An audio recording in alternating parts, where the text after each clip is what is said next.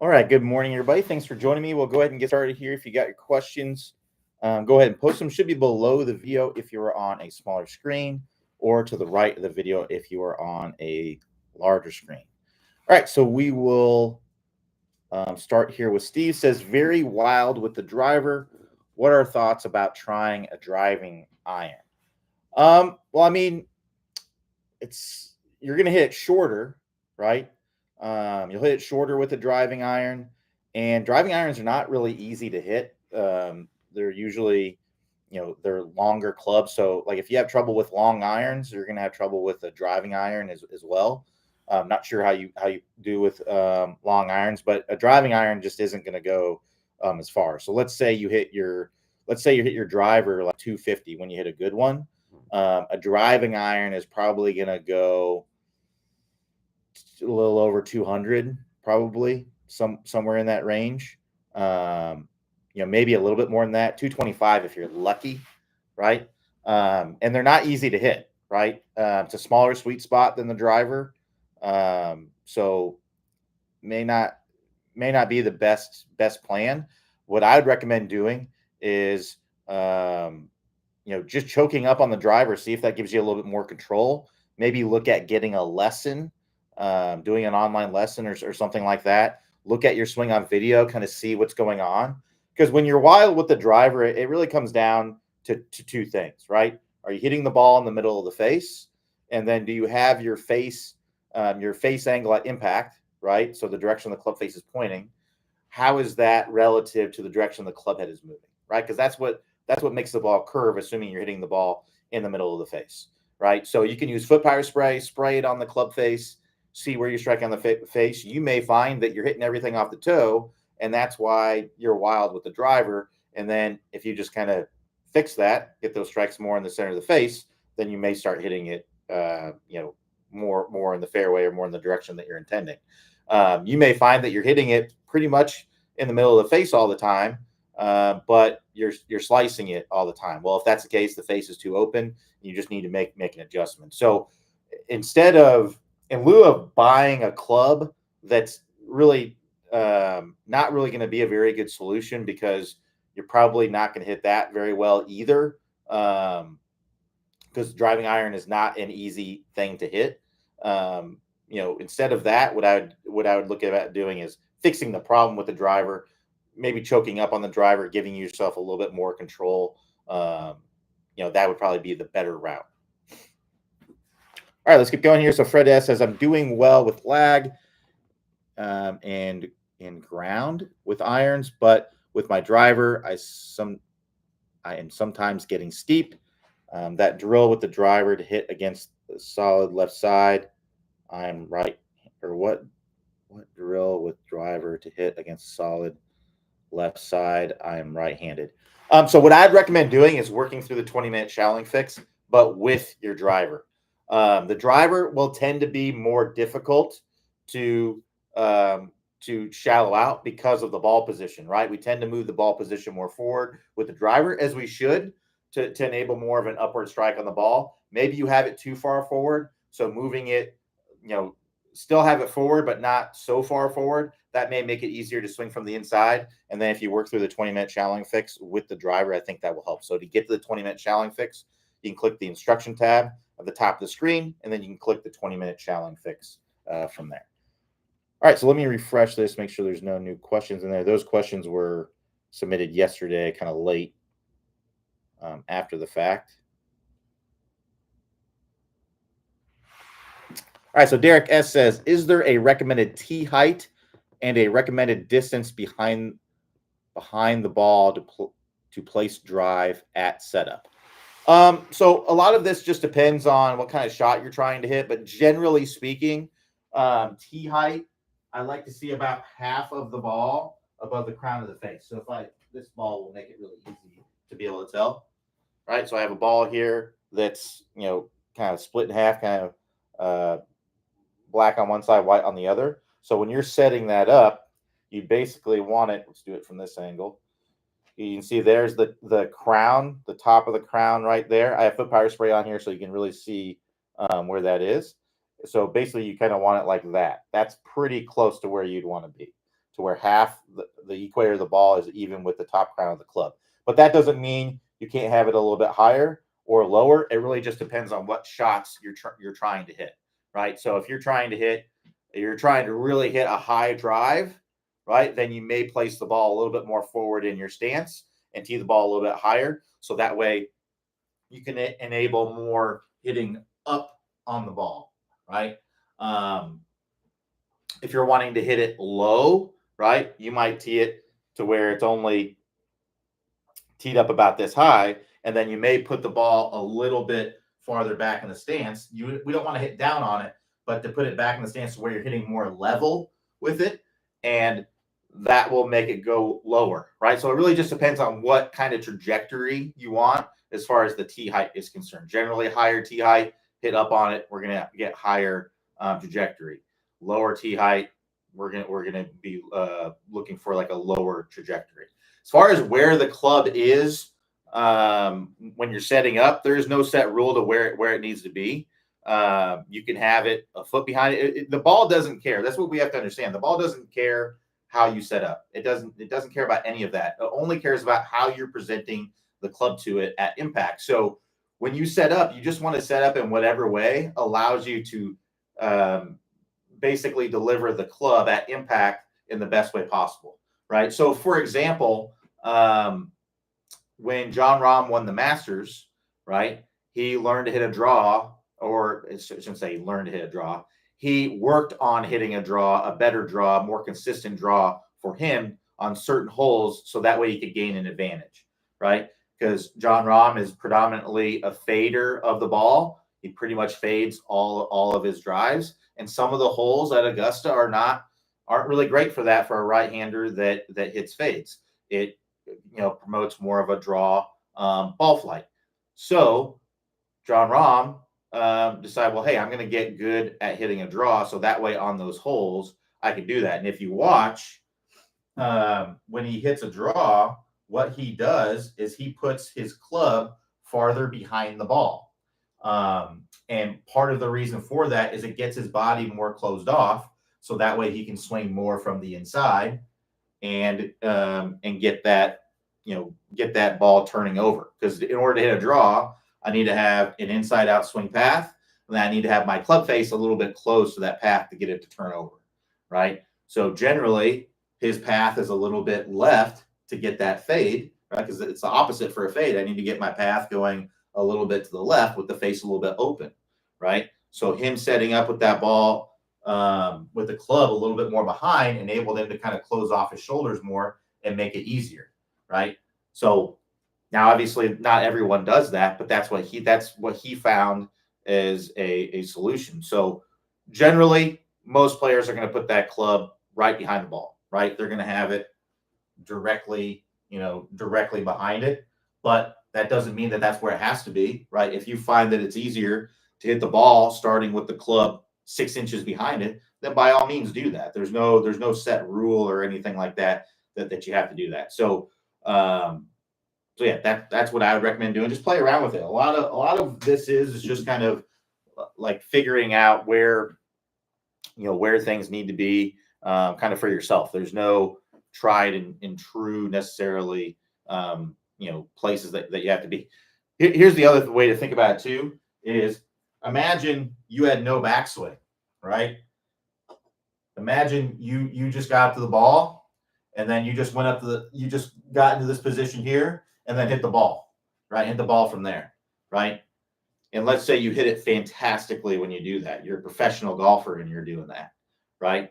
Who am I to tell you that, hey, you have to have a backswing, right? You don't. You absolutely don't. There's no rule that says that you have to have a backswing, right? So it's just about you do whatever helps you to get the ball in the middle of the face. So some of it's just kind of playing around with it. So if you struggle with coming over the top, right, and you have a hard time getting the body to kind of be squared or feel more closed off at address when the ball position is really far forward, and you're having the club up there where the ball is, then trying what John Rahm did, where he kind of set up with the club more in the middle of the stance, it makes it easier for him to swing that club from the inside. then by all means do that. There's nothing wrong with that at all.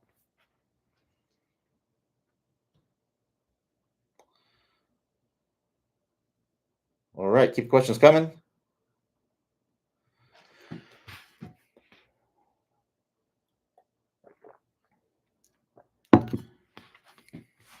Got plenty of time here.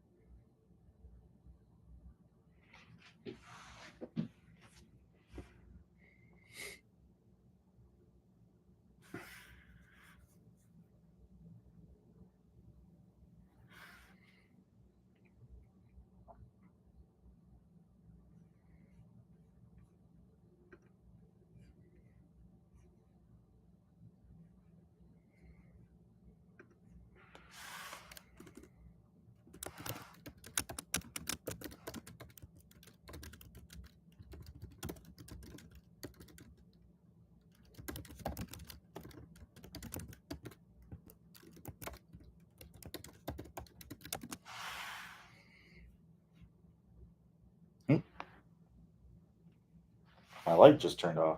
That's not good.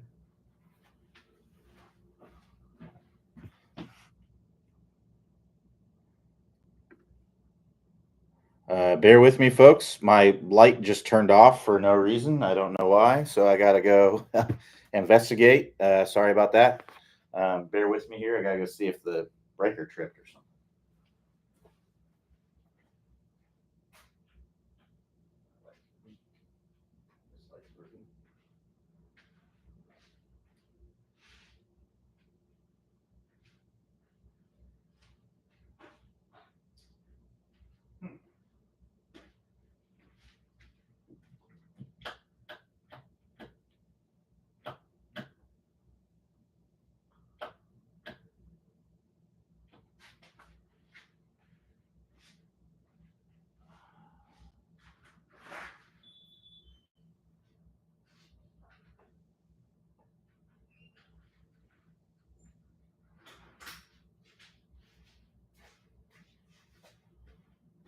Okay, well, what I might be able to do is open this up. Open my window up a little bit here to get some light in here, because I think it's not a bulb, but it's it's like an LED, so I can't just like change it. I have to like take it out. Huh. All right. Well, we'll continue here, but we're gonna do it with natural light. Sorry about that.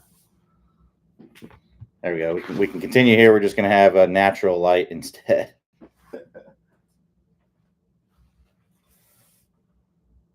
It's interesting.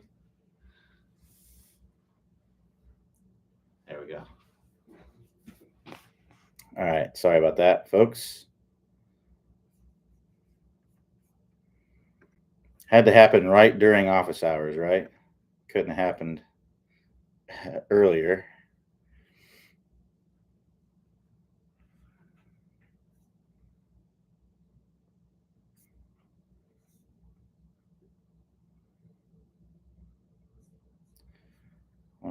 So yeah, keep questions coming if you got them.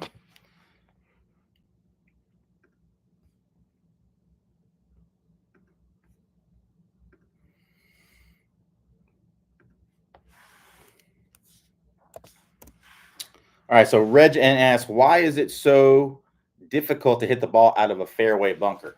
That's a good question. So if you think about like when you're hitting out of the fairway, right, the ball is sitting on top of some grass, right? So there's a little bit of airiness underneath the ball, gives you a little bit of cushion. There's going to be a little bit more margin for error there, right? Whereas when, I don't know if the sun's kind of going down. There we go. We can still see fine. Sorry, I'm having to, my light bulb went out, or the LED went out, so I'm trying to do this with the natural light from the window here. So that's why it looks a little bit different than usual if you're just jumping on here. But the sun just went behind the clouds a little bit, so I want to make sure we could still see fine. But yeah, going back to that, so yeah, if the ball is sitting on top of the grass like it's on a tee, it makes it a lot easier to hit. But if you think about it, when you're in sand, that ball will actually be, part of the ball will actually be underneath the surface, right? So it makes it so much more difficult. So you think about it, like the ball's in the fairway, that ball can have a half inch of cushion or even more, right? Whereas if it's in a fairway bunker and it's in the sand, right, it's actually going to, part of the ball is going to be a little bit below the surface, and that just makes it so much more difficult. You have basically almost zero margin for error to be able to hit a good shot. You have to, you really have to make ball and ground contact pretty much right at the same time. So it makes it difficult. If you hit a little bit behind the ball, it's going to chunk it, because also in the sand, that ball is going to dig into the sand, right? Whereas if you're hitting off of turf, right, the turf is going to provide some resistance. It may not dig as much. It may kind of bounce off of it, right, and kind of skim through it, and it won't be any problem at all. So you can a lot of times hit a little bit behind the ball off of actual turf, and you'll still hit a just fine shot. But if you do that in a fairway bunker, it's not going to be any good, right? So you're going to be more likely to kind of scold it out of a fairway bunker or chunk it, or you get that perfect contact. So if I would kind of go over what I would recommend doing to kind of help you to be more likely to get that perfect contact. So the first thing that I would do is I would take a little extra club. And then what I like to do with that extra club is I like to choke up on it a little bit to give me some control, right? The other thing that I like to do is I'll put the ball position a little bit back of where I normally would. So normally I have it about one ball forward of the middle of my stance. So now I'm going to play that ball about the middle, or maybe just a little bit back of the middle of my stance. And what that does is it just makes it easier for me to more likely get that ball first contact, right? And then what I'm going to make sure that I do is I take a swing that is within myself. So one thing about being in a fairway bunker that also makes it more difficult is that sand is generally not a very stable surface, right? So if we try to swing out of our shoes, we may slip on the sand, and that's going to make it more difficult to make good contact, good ball first contact. So we want to take more of a controlled, deliberate kind of swing, a swing within ourselves. Sometimes you may take like a 3/4 swing or something like that. So really just focus on making that really good contact, making sure you get that ball first contact hit down and through the ball, and you'll be more successful out of those fairway bunkers. But yeah, it's definitely going to be more difficult out of there. Outside of hitting your ball out of bounds or into a hazard, a fairway bunker is the next thing that adds the most strokes to your score. So they actually have data on this, like shot link data, Arcos, and all that, so they can actually see, okay, did your ball end up in a fairway bunker or whatever? And then they record all the scores that happen from these different positions, right? So from the fairway or from the rough or from fairway bunker, from out of bounds or whatever it might be, right? So outside of hitting your ball in a hazard or hitting your ball out of bounds, the fairway bunker is the next biggest things that add strokes to your score compared to if you're in the fairway, right? So yeah, but if you get good at that, right, you understand how to hit that shot better, it won't penalize you as much. So like I said, what I would do is everything to help you to try to make ball first contact. Choke up on the club a little bit, take a more controlled kind of swing, keep your weight forward, really try to focus on hitting down and through the ball, move that ball position back just a little bit to make it easier to hit down on it a little bit more, and you'll be more successful out of those fairway bunkers.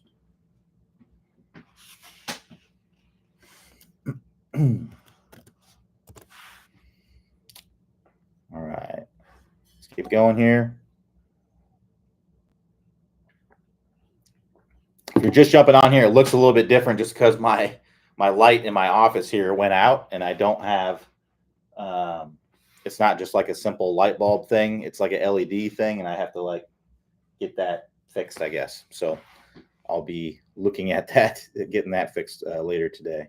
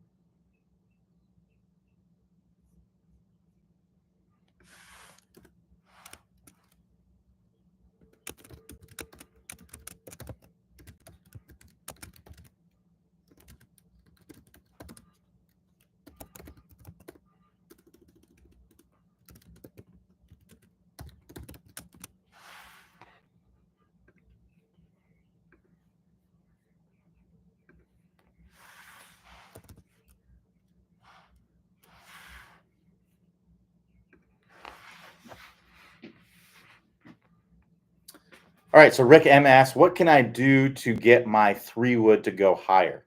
So the number one thing that you can do is gain more club head speed, right?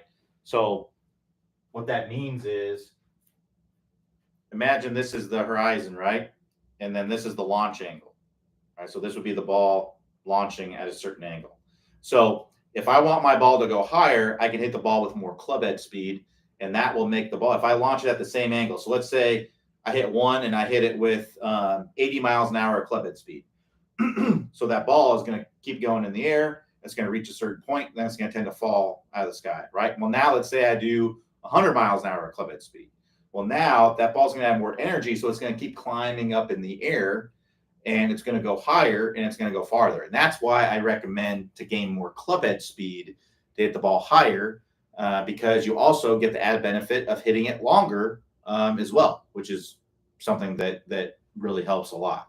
So if you want the tools and the course, the best course to be able to gain more club head speed and not only hit your 3-wood higher, but hit anything really higher because you're giving it more energy, then I would highly recommend working through the 20-minute distance fix.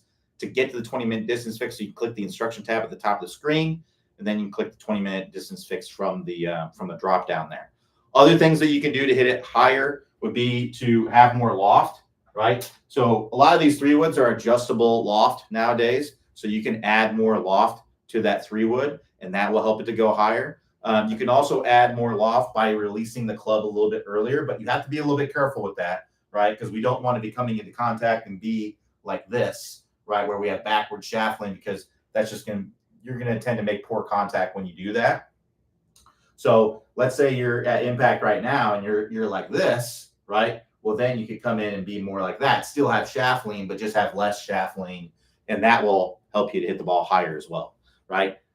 So that would be one way to be able to hit the ball higher. Another way is where you strike it on the face. So I would make sure that you're not hitting the ball thin. I find that a lot of people hit their 3-wood low because they're hitting it thin. And a lot of times they're hitting it thin because they're putting the ball position too far forward. And sometimes they might be putting the ball position too far forward because they're trying to hit it higher, right? But it just makes the problem worse because they're hitting it thin.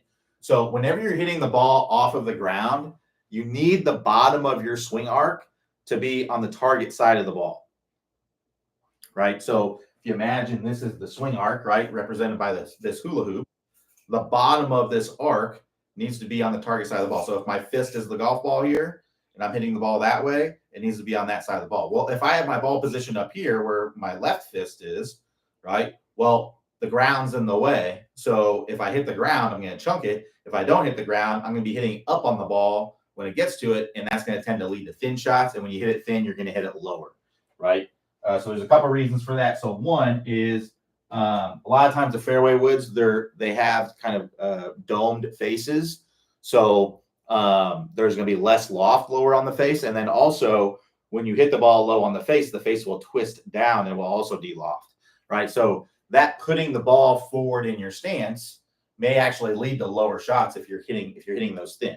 So you want to make sure that you are able to hit down on the ball some, so that way you can make ball first contact, and then that will allow you to more easily get that strike where it needs to be a little bit higher on the face. So if we get that strike higher on the face, the ball will go higher as well. We don't want to hit it off the top of the face, like pop it up, right? But if we can get that strike to where it's in the center, or maybe the center of that strike is just a little bit above the center, that's going to allow you to hit it higher as well. The last thing I would say is trying to hit a fade instead of a draw.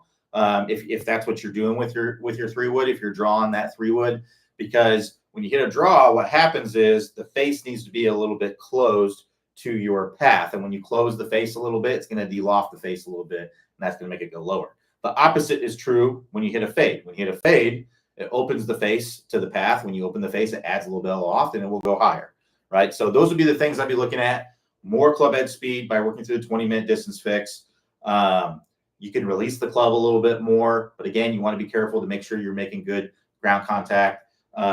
Make sure that you're not hitting it thin. Make sure that that strike is higher on the face. And then if you're hitting draws with your 3-wood normally, I would go with a fade to be able to hit it a little bit higher.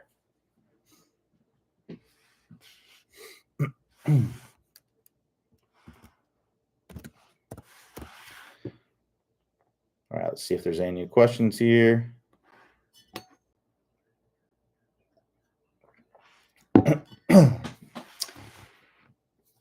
So Derek S says, I sometimes struggle to get forward in my downswing. Is there anything you can recommend to help get forward for better contact and moving the low point in front of the ball? Yes, the best drill for this is the step drill. So basically, it's a drill that kind of forces you to get your momentum moving forward. So I can show you another drill as well that I like. But the step drill, basically what we're doing with this drill is we're not hitting a ball with it, but we're having our feet together. And then I'm going to put pressure into the ground with my trail foot. I'm going to throw that club back. And then as I'm throwing that club back, I'm going to step forward, right? So that's getting my momentum forward. And then when I land, right, I'm going to start my downswing from there and come all the way around to a full finish, right? So I would get to where you can get 10 good ones in a row, where you're getting the timing and sequencing of that really, really good. Look at it on video to make sure that it is, because a lot of times when I see people do this drill, they just do the timing and everything wrong. So one mistake that I see, excuse me, is where people do what I call dipping the toes in the water, where this might be something that you may need to guard against if you're having trouble getting yourself to go forward, because people in that situation, I tend to see do this wrong, right? So what that means is when I say dipping the toes in the water, it would look like this, right? So see how I'm not really moving my body forward. I'm stepping forward, right? But I'm really just hanging my leg out. I'm dipping my toes in the water, right? So what we want to do is we want to make sure that we get the momentum moving forward. So when you take your step, what I would try to make sure that you do is you keep your hips centered between your feet, right? So if I do that, my hips are not centered between my feet, right? They'd be centered between my feet right here. So I want to feel like I keep my hips centered between my feet, and that's going to make it easier for me to get my momentum moving forward, or to make sure I get my momentum moving forward. And then the other thing is just the timing, right? We're starting the step too late or too early or whatever it is. Generally, what I like to see, as soon as my hands pass my legs here or past my hips, right? So in front of my hips, in front of my hips, in front of my hips. Now it's past my hips. That's when I want to start my step, right? So I'll be here. I'll put pressure into the ground. I'll throw this club back. And then there, that's when I want to start my step. And I want to keep my hips between my feet, right? Once I land, I'm going to push into the ground and start my downswing. Once you're able to do that, you get 10 good ones in a row. And then what I would do is I would do normal stance practice swing, replicating that same thing, replicating the same pressure shifts and the feels in the feet, right? Getting that body to go forward. Get 10 in a row where you do that pretty well. And then once you're able to do that, then I would put a tee on the ground and just focus on clipping that tee and getting a divot to start at the tee, right? So you put it in the ground, you come down, you clip the tee, get that ground contact to happen in front of the tee. Get 10 good ones in a row. If you hit behind it, that's not a good one. You got to get 10 in a row. Once you're able to do that, then I put the ball on the tee, do the same thing. Get 10 in a row, replicating the same thing.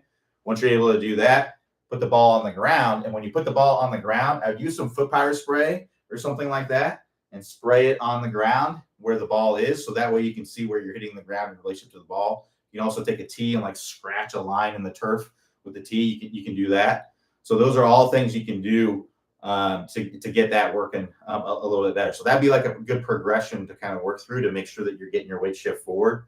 The other thing that I like is the chair drill. Excuse me. So what you do with the chair drill is you'd set up, and this is not the kind of chair that I'd recommend. It swivels, it has wheels, and that's not the best for this.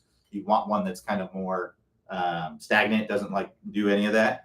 But basically what you do, you'd set up with your hip on the chair. And then what I'm going to do is I'm going to move into the chair to start the backswing.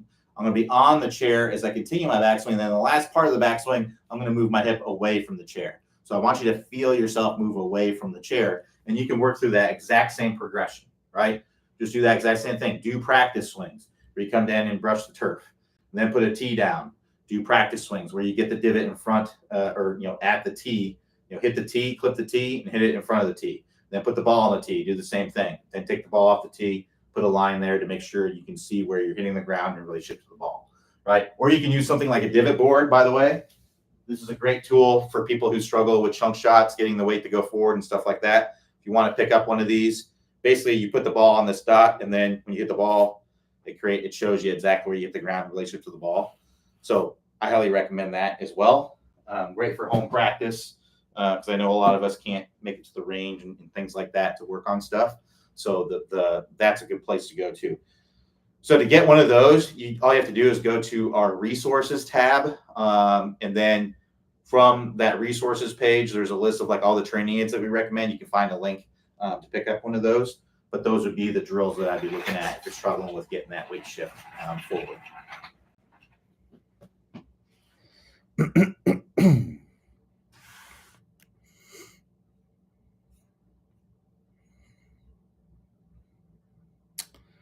All right, we got about 30 minutes left here.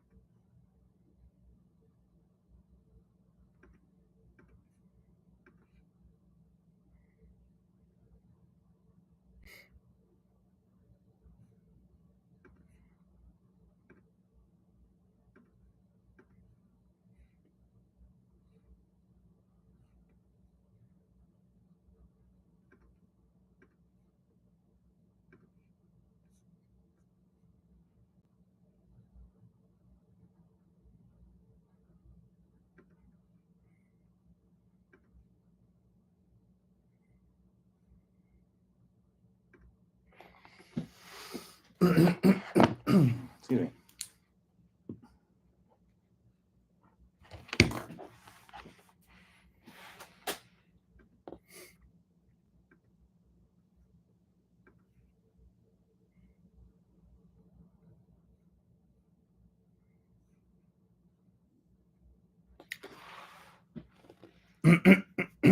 All right, so RC says just switched from cast cavity to forged cavity back, same specs all around, but I hit the ball so much higher with the forged distance. I hit the ball so much higher with the forged distance is the same. Any suggestions? If you want to hit the ball lower, you got to generally have more shaft lean typically. Now, it may not be hitting it higher because it's forged necessarily. It's more just like the treatment of the metal. It's more than likely because I'm guessing you have different shafts and things like that. So that's more than likely the reason why. It's probably not because of the forged versus forged versus cast.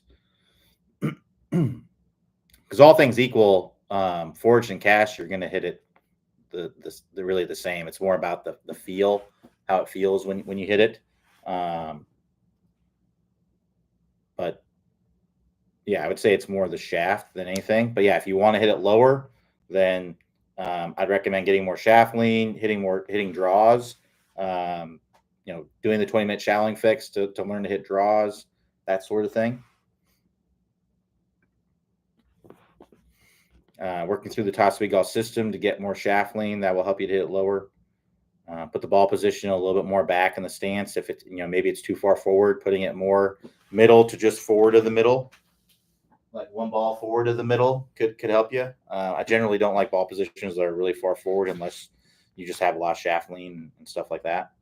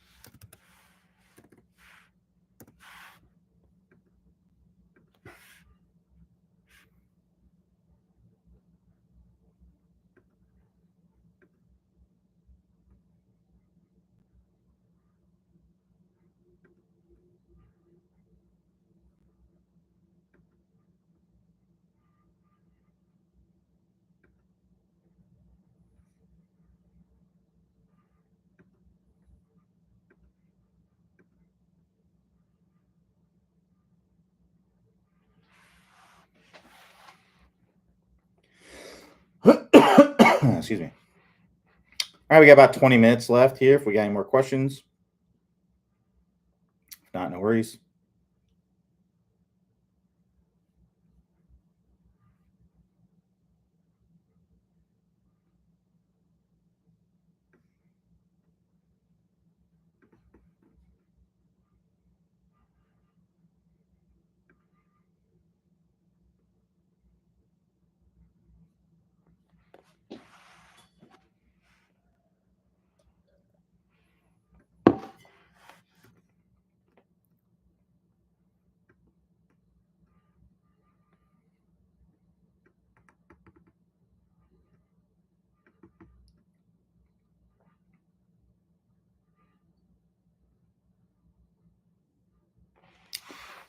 So Alan E says, "Good morning, Q. As I work on my swing mechanics, it seems to me that I dip my left knee too much in an effort to fully rotate my shoulders on the backswing.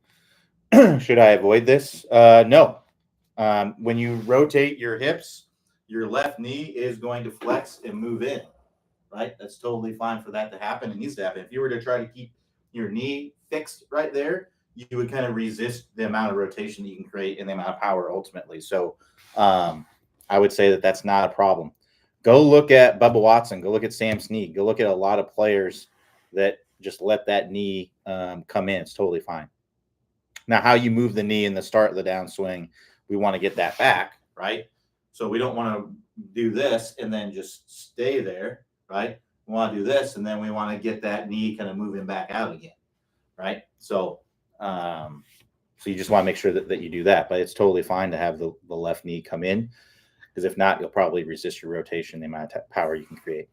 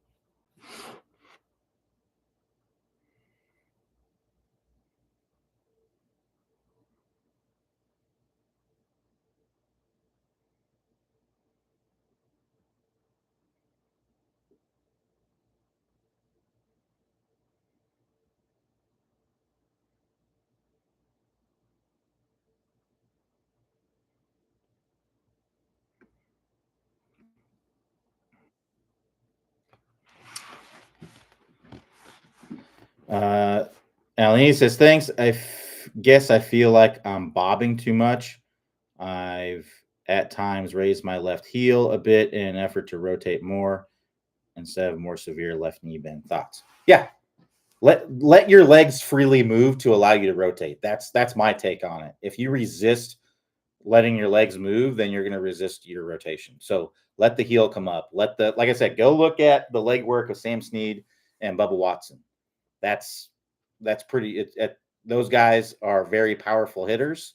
So unless you want to reduce your distance, then if you don't care how far you hit it or whatever, which I don't recommend not caring about that, because that is essential to playing good golf, right? If you hit the ball farther, it's just a lot easier to play. So yeah, I would recommend letting your legs kind of freely move, so that way you can turn.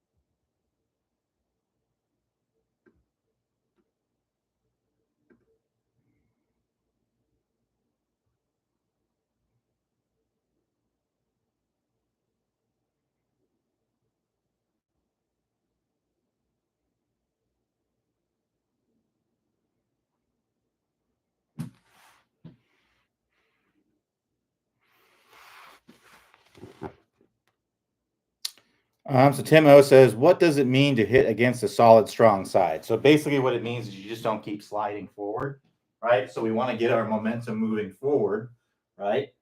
But once I get forward, I want to push against that. And that's what that solid, strong side is, right?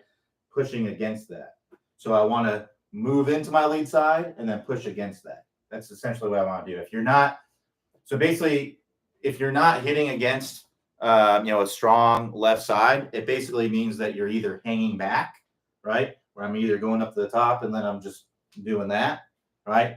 Or maybe I'm getting my momentum forward, but I just keep sliding forward, right? So I may come into contact kind of like that's more rare, but generally when you're not hitting against a strong lead side, it usually means that you're just hanging back, right? So I talked earlier about the step drill. That would be something that I would recommend doing because it kind of forces you to do that. Because it gets you where you have so much momentum moving forward that if you don't push against that lead side, you're probably going to fall over, right? So step drill again, start with my feet together, throw this club back. As I throw a club back, I'm going to start stepping forward, and then I'm going to land. And when I land, I'm going to push against that lead side to turn my body and come through contact.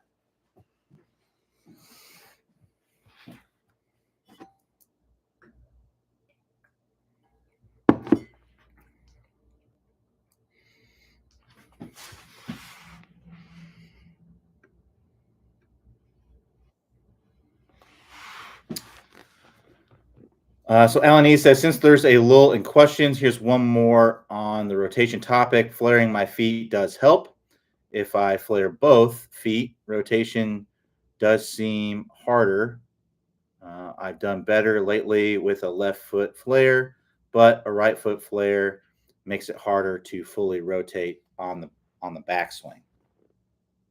A right foot flare, assuming that you're right-handed, a right foot flare should make it easier to rotate in the backswing, right? Because basically what's happening, imagine if I set up pigeon-toed like this. It'd be very difficult to rotate my hips. If I flare my feet, it's a lot easier to rotate my hips, right? So now you might be thinking, well, if I flare out my foot this way, it's going to be harder for me to rotate that way. Well, what we want to do is let that heel come off the ground, right? Yeah, if I keep my foot planted on the ground like that, yeah, it is going to make it difficult. But if I let my foot rotate like that, I'm going to have an easier time. Same thing in the backswing, right? In the backswing, you might be thinking, well, it's going to be difficult. Well, if I keep my foot really planted like that, yeah, it will make it difficult. So I'm going to go ahead and let my heel kind of come off the ground so I can fully rotate.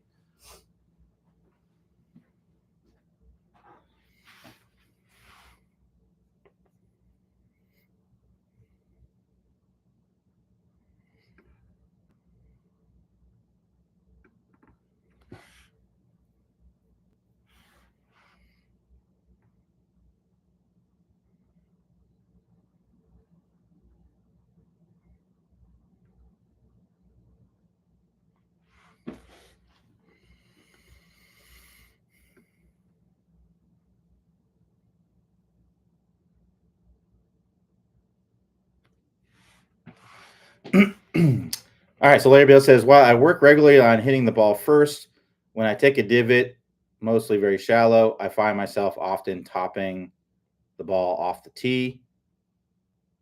Any tips to keep the club down on contact? I'm confused about how you can take a divot and top the ball. I mean, if you're topping the ball, you're hitting the ball, you're not hitting the ground. So I guess I'm confused about how you're topping the ball and not taking a divot.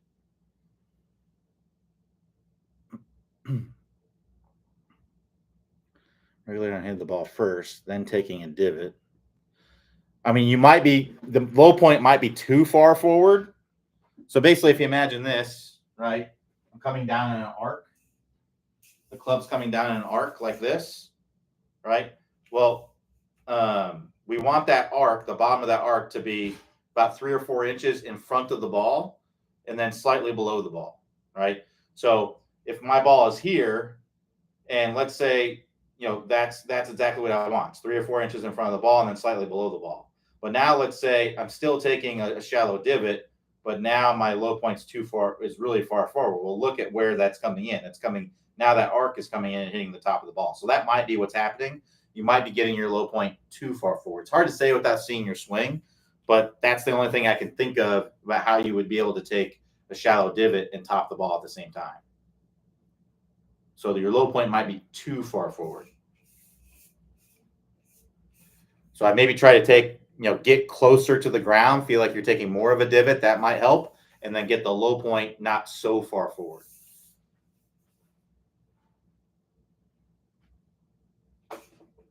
So that can be done through ball position, right? Putting the ball position maybe a little bit more forward. That could be done by your body shift, right? So we talked earlier about hitting against a strong lead side, right? So if you're not pushing away from that and you're just sliding your body forward and coming in like this, that can lead to the low point getting too far forward. So like I said, it's hard to say without seeing your swing for sure, but those would be the things that I'd be looking at. If you'd like me to take a look at your swing, I do offer online lessons. You can click the instruction tab at the top, or not the instruction tab, but there should be a little box above the video where you can sign up if you see any spots available. If you don't see spots available, no worries. Just click the waiting list, and then we'll send out an email whenever spots are available.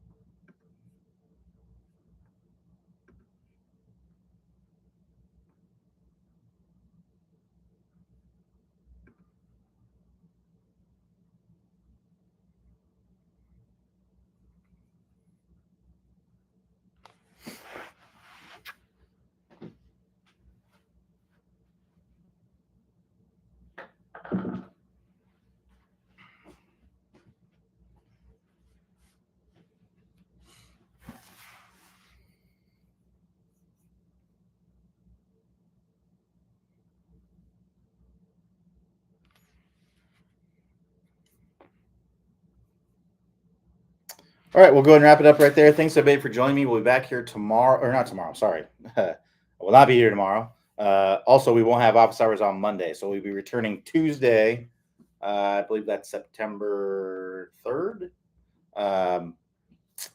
For office hours at 11 a.m. Everybody have a great weekend, and I will talk to y'all next time.